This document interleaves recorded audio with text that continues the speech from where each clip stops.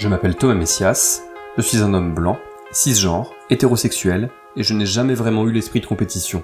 À vrai dire, les fois où j'ai terminé premier d'un concours ou d'un examen, j'ai même souvent eu tendance à me sentir salement gêné. Et ça ne m'a vraiment jamais dérangé de me faire battre par une fille.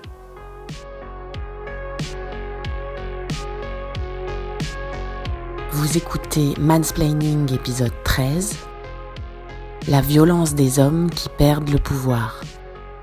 Un podcast Slate.fr. Quand je dresserai la liste des événements marquants de mon année 2019, rappelez-moi d'y inscrire le fait que j'ai vu un film macédonien pour la première fois de ma vie. Le film en question se nomme « Dieu existe, son nom est Petrounia ».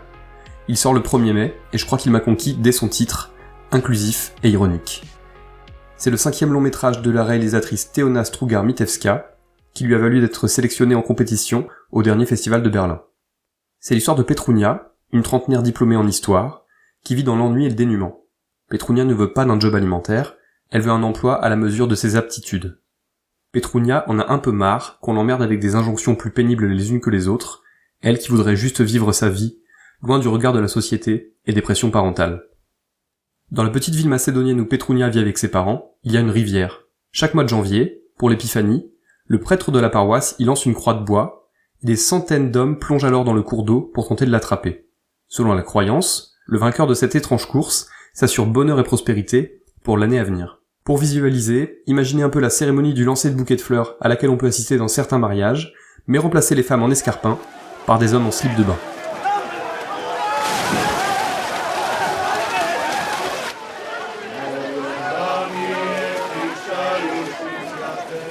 Ce jour-là, Petrounia passe à côté de la rivière, et elle décide de plonger au moment même où la croix est lancée. Et c'est finalement elle qui s'en saisit. Enfer et damnation. Sans réellement s'en rendre compte, la jeune femme vient de s'attirer les foudres d'au moins 50% de la population de sa ville. Le film de Teona Strugar-Mitevska s'inspire d'une histoire vraie, comme elle le raconta elle-même lors de la conférence de presse donnée à Berlin. En 2014, une femme a plongé pour la croix, et elle l'a attrapée. Ça a créé l'indignation de la population locale. L'Église a alors demandé à cette femme de rendre la croix. C'était une femme ordinaire, pas particulièrement féministe, mais qui croyait simplement à la justice. Alors voilà ce qu'elle a répondu. Écoutez, j'ai attrapé la croix. Je l'ai attrapée parce que j'ai mieux nagé que les hommes. Je ne comprends pas pourquoi je ne peux pas la garder. Est-ce que je n'ai pas, moi aussi, droit au bonheur ?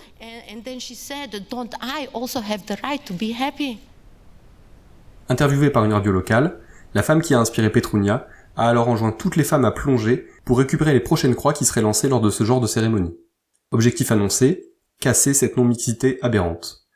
Évidemment, les réactions ont été majoritairement insultantes et agressives. Dieu existe, son nom est Petrounia sera point nommé, parce qu'il illustre de façon implacable deux notions concomitantes dont on parle énormément depuis quelques mois. Le retour de bâton et la chasse aux sorcières. Le retour de bâton, c'est ce principe selon lequel toute avancée de la cause des femmes est immanquablement suivie d'une réaction violente ou disproportionnée venant essentiellement des hommes. Dans la société actuelle, comme dans les époques passées, les hommes considèrent leurs privilèges comme des acquis auxquels ils refusent qu'on touche, quitte à accroître le degré de violence, d'agressivité et de dégueulasserie dont ils sont capables.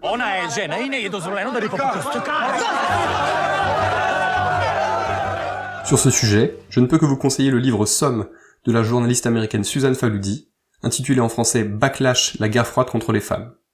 Il date de 1991, et pourtant il n'a pas pris une ride.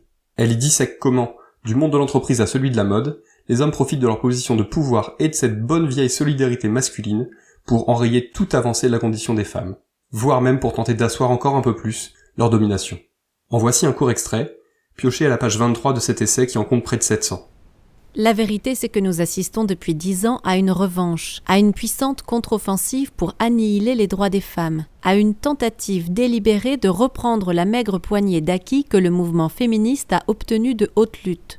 Il s'agit d'une manœuvre sournoise qui ressemble au grand mensonge version opéra-rock populaire. La vérité en personne, drapée dans un drap de probité candide et de lin blanc, se met à proclamer haut et fort que le chemin qui conduit les femmes vers les sommets ne fait que les précipiter en réalité au fond de l'abîme.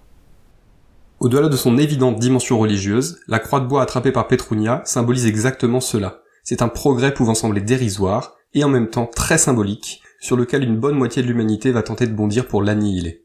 Concernant la chasse aux sorcières, je vais évidemment faire comme tout le monde, et vous suggérer de vous ruer sur Sorcière, la puissance invaincue des femmes, le dernier essai signé Mona Chollet. Il faut lire et faire lire tout Mona Chollet, c'est le meilleur service que vous puissiez rendre, et vous rendre. Voilà ce qu'elle écrit en conclusion de son livre, ce qui ne gâchera absolument rien des 200 et quelques pages qui précèdent. Remettre le monde sans dessus-dessous, pas une mince affaire. Mais il peut y avoir une immense volupté. La volupté de l'audace, de l'insolence, de l'affirmation vitale, du défi à l'autorité, à laisser notre pensée et notre imagination suivre les chemins sur lesquels nous entraînent les chuchotements des sorcières.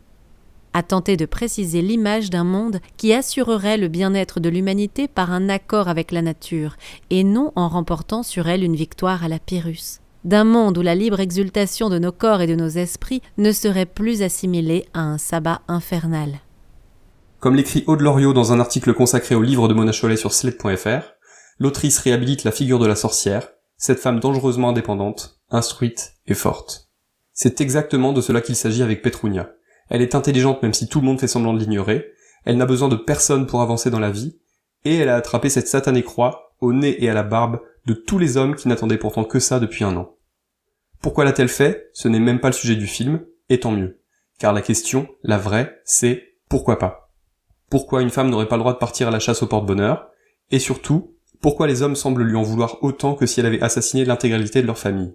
La façon dont Teona Strugarmitevska décortique ces phénomènes est convaincante de part en part.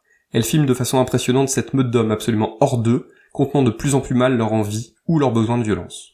Un motif d'ailleurs récurrent en matière de 7e art, que ce soit avec les assaillants prétendument assoiffés de justice des chiens de paille. Écoutez, monsieur Sommer, nous sommes venus chercher ce petit vicieux. Et on l'emmène avec nous. Avec ou sans votre autorisation. Est-ce que vous avez compris ? Ou avec les villageois et les villageoises armés de fourches et de torches dans les différentes versions de La Belle et la Bête. Cette petite dinde est aussi folle que son père. La bête va emporter vos enfants. Elle viendra les dévorer la nuit. Non ! Il doit finir au milieu des trophées accrochés sur mon mur. Il faut tuer cette bête !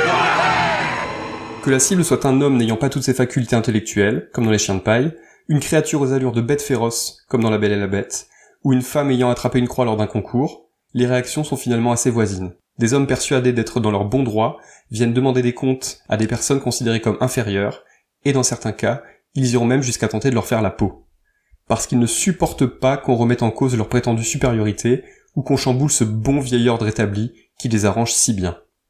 Parfois, ils sont rejoints dans leur entreprise par des femmes qu'il convient de ne pas blâmer. Vivre depuis la naissance dans un système qui vous martèle quotidiennement que vous êtes inférieur mais que c'est très bien comme ça a tendance à vous empêcher d'opérer une prise de conscience, même minime. Et puis j'imagine que c'est plus rassurant, plus sécurisant, de se ranger du côté des plus nombreux, des plus agressifs et des plus forts. On doit se dire qu'il y a moins de chances pour qu'ils vous fassent du mal. Le scénario de Dieu existe, son nom est Petrounia est aussi malin que complexe, et il semble bien difficile de le taxer de manichéisme ou de misandrie. Par exemple, le père de Petrounia est un soutien bien plus précieux que sa mère, qui voudrait juste qu'elle soit une jeune femme rangée et obéissante. Quant au prêtre de la paroisse, il se montre relativement modéré. Il multiplie les appels au calme, tout en tentant d'expliquer posément que Petrounia, même si elle a légèrement fait dévier une tradition ancestrale, a tout à fait le droit de garder cette croix qu'elle a âprement gagnée. Et pourtant, nous explique le film, bien que certains hommes soient heureusement un peu moins pourris que la moyenne, et bien que l'église compte dans ses rangs des prêtres moins rétrogrades que d'autres, la situation de Petrounia en particulier, et des femmes en général, reste salement problématique. Le monde ne supporte pas qu'elle puisse être meilleure que les hommes, et encore moins que ça se voit. Le cas de Petrounia me rappelle celui de la championne cycliste Nicole Hanselmann. Début mars, à l'occasion d'une course organisée en Belgique, elle est allée si vite qu'elle a rattrapé le peloton masculin, la course des hommes étant partie 8 minutes avant celle des femmes. Enfin je veux dire, elle aurait dû rattraper ce peloton, puisque la direction de la course a tout simplement décidé d'arrêter la championne afin de laisser les hommes reprendre de l'avance. Elle a fini par être rattrapée par ses poursuivantes, avant de finir dans les profondeurs du classement, incapable de se relancer après plusieurs minutes d'immobilisation forcée. La championne suisse a réagi avec beaucoup de fair-play, expliquant que de toute façon, elle n'aurait probablement pas gagné cette course parce qu'il restait encore beaucoup de distance à parcourir et pas mal de difficultés à franchir. C'est une réaction très digne, très représentative de la façon dont les femmes réagissent la plupart du temps lorsqu'on leur met des bâtons dans les roues. Déjà parce qu'elles sont habituées à ce genre de situation, Ensuite parce qu'elles n'ont pas du tout envie qu'on les traite à nouveau d'hystériques, comme c'est souvent le cas. Petrounia, elle, a décidé que ça suffisait, et son attitude est admirable. Mais lorsqu'on observe la façon dont elle est reçue, comment blâmer les femmes qui continuent à faire profil bas pendant que les hommes fanfaronnent avec leurs beaux résultats sportifs et leurs jolis croix en bois. Voilà, c'était l'épisode 13 de Mansplaining, un podcast proposé par Slate.fr. Si vous avez aimé ce podcast, n'hésitez pas à le dire en nous couvrant d'étoiles sur iTunes, 5 de préférence, et en parlant le plus possible autour de vous. Toutes vos remarques et vos questions sont les bienvenues à l'adresse suivante, mansplaining@slate.fr. Vous pouvez aussi me contacter via Twitter, mes messages privés sont toujours ouverts. Toutes les références aux articles, œuvres, vidéos citées se trouvent dans la description de ce podcast. À dans 15 jours.